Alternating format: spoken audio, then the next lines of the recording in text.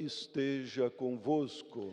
Ele está no meio de nós. Proclamação do Evangelho de Jesus Cristo segundo Lucas. Glória a vós, Senhor. Naquele tempo, Jesus contou esta parábola para alguns que confiavam na sua própria justiça e desprezavam os outros. 2 homens subiram ao templo para rezar. Um era fariseu, o outro cobrador de impostos.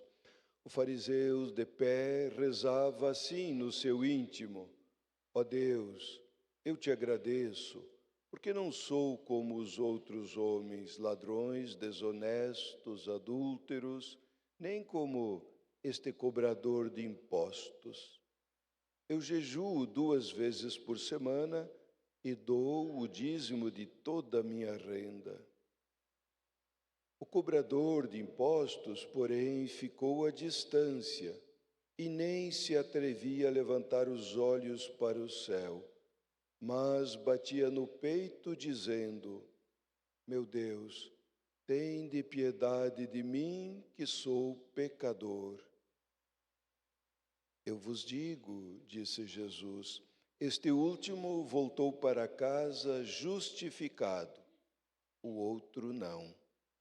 Pois quem se eleva será humilhado, e quem se humilha será elevado. Palavra da salvação. Glória a vós, Senhor. Podemos sentar.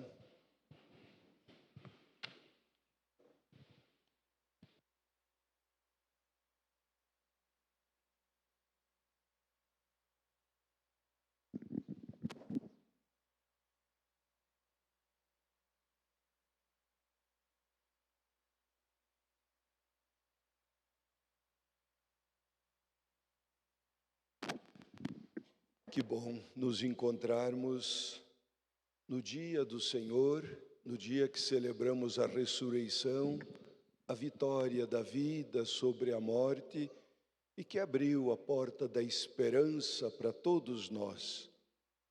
E neste dia somos convidados a olhar para dentro de nós e perceber como está o nosso coração.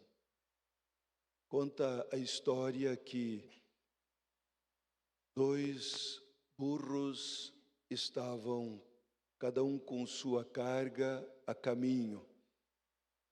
Um carregava ouro, o outro farinha para as tropas. O que carregava farinha tentava puxar assunto com o burro que carregava ouro. E o que carregava ouro pensava consigo mesmo: o que este carregador de farinha está pensando que eu seja? Eu fui escolhido para carregar ouro. E não ligava para o seu companheiro de caminhada. Lá pelas tantas, a caravana foi assaltada. O que carregava farinha levou apenas uns chutes para que se afastasse. O que carregava ouro foi muito agredido, porque se recusava a entregar a carga. Depois que os ladrões tinham levado a carga e ido embora, o burrinho machucado pediu que o outro o ajudasse. Que pode fazer por ti um carregador de ouro, um simples carregador de farinha? Perguntou ele. Ou seja, qual é a atitude que agrada mais a Deus? A primeira leitura que nós ouvíamos do livro do Eclesiástico diz: o Senhor é um juiz imparcial. Não faz discriminação contra o pobre. Escuta a súplica do oprimido. Ou seja, Deus não se deixa comprar. Ele se deixa tocar. pelos corações simples, humildes e sinceros. Esta verdade é tão antiga e sempre nova, portanto, nos desafia a perguntar como estamos diante de Deus, vazio ou aberto como o publicano? Vazio e aberto como o publicano ou cheio de si como o fariseu? No Evangelho, Lucas apresenta uma cena simples, mas profundamente reveladora. Dois modelos de oração. Um que faz um autoelogio, descrevendo para si mesmo todo o bem que ele faz. E o outro que bate no peito e apenas se reconhece pecador. Jesus diz, um foi ouvido, o outro não. Um voltou para casa justificado e o outro não. O autoelogio, o reconhecimento dos seus méritos, acaba por fechar a ação de Deus em nossa vida. Paulo fez uma experiência muito clara disso quando, no Areópago de Atenas, foi anunciar o Evangelho. E lá, como ele se considerava inteligente, com os filósofos ele pensou que se daria bem.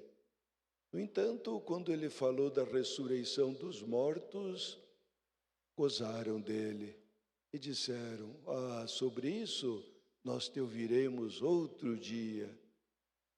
E diz que ali ele não conseguiu fazer um bom trabalho. Apenas algumas pessoas se converteram. Saindo dali, ele foi para Corinto, uma cidade costeira com todo tipo de vício. Quando ele chega lá, diz, meu Deus, o que eu vou fazer aqui, neste mundo pervertido? Mas começou a anunciar. E para sua surpresa, em Corinto ele organizou boas comunidades, muito vivas e dinâmicas. Ou seja, em Atenas, quando ele se sentiu forte, se deu conta que ele ficara fraco, porque confiou na sua força. Em Corinto, que ele se sentiu fraco e pediu ajuda de Deus, então fez grandes coisas, confiou na ação de Deus. Diante do mundo, de todos os desafios, pensar que podemos conquistar por esforço próprio a salvação nos afasta da verdade. A autossuficiência não traz bênção. Nós precisamos ter autonomia, mas não autossuficiência. Autonomia é como o carro. Anda 400, 500 quilômetros, tem que voltar para o posto. Mas tem autonomia. Autossuficiência é como se ele nunca mais precisasse voltar para o posto. Bastava por si próprio. Nós viemos de Deus e a Ele voltaremos. Por isso que os textos de hoje nos desafiam a exercitar a humildade, porque a salvação é dom, é graça. O preço já está pago pelo sacrifício redentor de nosso Senhor. Nós só precisamos fazer por merecer, ou termos ou desenvolvermos a aptidão para conviver harmonicamente na realidade do céu. Imagina se chega lá no céu um orgulhoso, cheio de si, queixo empinado, vai desafinar com toda a realidade que vive lá. Isto não agrada a Deus. E estes pedidos ou esta atitude afasta do ouvido de Deus. Às vezes nós podemos até nos sentir um pouco fariseus, nos comparando com os outros, pensando que somos um pouquinho melhor que os demais, ou muito melhor, porque temos a roupa mais bonita, da moda, temos o carro do ano, temos o apartamento, ou moramos no centro. Atitude do fariseu. Esta atitude não agrada a Deus, porque para Deus todos são iguais, filhos, iguais em dignidade. Mas, por certo, outras vezes também somos publicanos, quando reconhecemos nossas quedas e pedimos a misericórdia de Deus. É importante percebermos para onde devemos crescer, que atitude devemos estimular em nosso coração. O desafio é rezar sempre com o coração do publicano, consciente de que nada temos que não a tenhamos recebido de Deus. Deus escuta a oração que vem de um coração ferido, sincero e esperançoso. O salmo que nós cantávamos diz: o Senhor escuta o clamor dos pobres e de todas as angústias os liberta. Talvez a oração mais bonita não seja a mais elaborada, mas aquela dita entre lágrimas: Senhor, tende piedade de mim. E acreditemos, Ele tem. Sempre, quando assim nos apresentarmos diante dEle. Ao final, Jesus nos deixa um detalhe precioso. O publicano desceu justificado. O verbo é muito apropriado, descer. Ele sobe ao templo pecador e desce perdoado. Que também nós, ao sairmos desta celebração, desçamos transformados, menos cheios de nós mesmos, mas cheios de Deus. A humildade abre a porta da graça, mesmo quando o orgulho fecha o céu, o arrependimento abre novamente. Conta a história que, certa ocasião, uma senhora tinha sua netinha que começou um problema de saúde, febre, mas era muito simples, morava no bairro, distante do centro. E ela foi até o centro para consultar a neta. E o médico diz: mas não adianta vir a senhora, tem que trazer a netinha. Mas ela está muito fraquinha e eu também não tenho força para carregá-la. Ah, sinto muito, mas eu não posso dar remédio sem examiná-la, disse o médico. E aquela vozinha saiu muito inconformada, passando na frente da igreja, percebeu que lá tinha algumas pessoas rezando. Foi se aproximando, foi bem acolhida pelo grupo de oração e contou a sua situação. E as senhoras fizeram um canto, fizeram uma prece bem elaborada. Mas aquela humilde senhora não se sentiu contemplada naquela oração e disse: Senhor Jesus, olha bem para minha situação.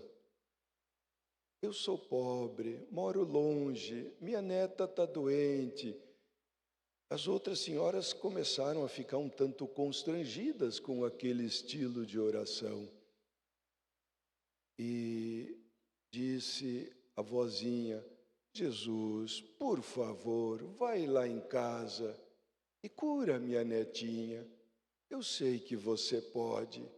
Ah, para você entrar, a chave está embaixo do tapetinho vermelho.